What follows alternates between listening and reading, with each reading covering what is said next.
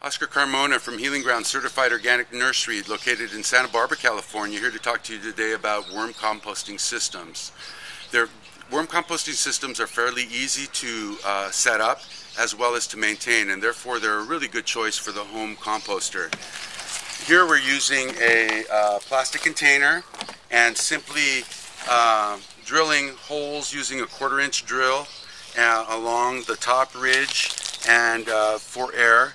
And really there is not much more altering that you need to do, and of course these extend around the entire bin itself. To keep for oxygen purposes, you want to make sure that it's well aerated. Inside we have shredded newspaper as a form of bedding, and you want to make sure that you shred that newspaper along the length of the paper itself. The fibers run that way. If you try to do it the short way, you're just going to end up with pieces. That's the interesting thing about the way these fibers run. So the length, you want to go lengthwise and get nice strips.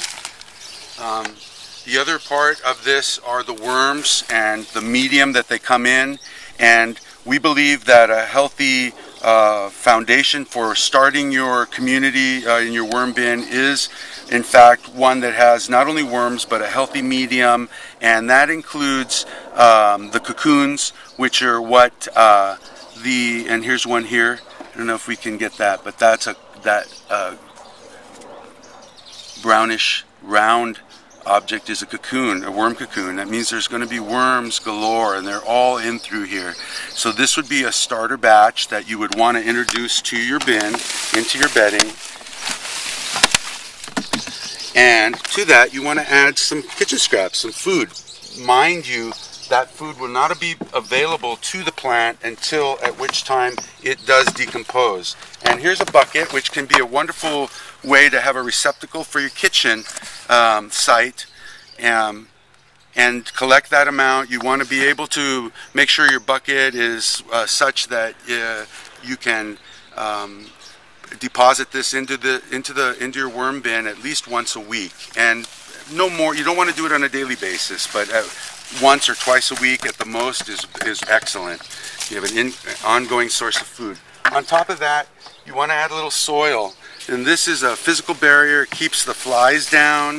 It keeps your environment a lot more palatable, easier to work. Put a little bit of soil on there. The material itself is pretty liquid, so I wouldn't worry so much about adding any more liquid to that. And on top of that, you're going to take your newspaper and make a few shreds so that you have even another layer of just coating, protection over the worms. It keeps them moving through the entire environment that you have there. Then you snap on your lid. In this case, we have a nice snap-on lid.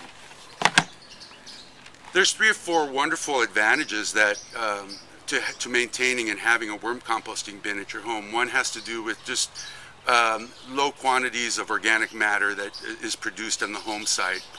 This is a great opportunity for you to have something close at hand, aesthetically perhaps a little bit more palatable to the taste. Something that also important to keep in mind, especially if you have rodents or other critters wandering about, that you have a tight and completely enclosed system that will allow you to keep that critter free.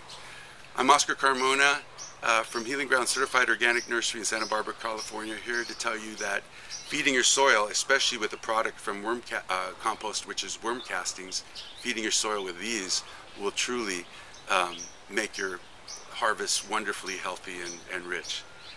Bye-bye.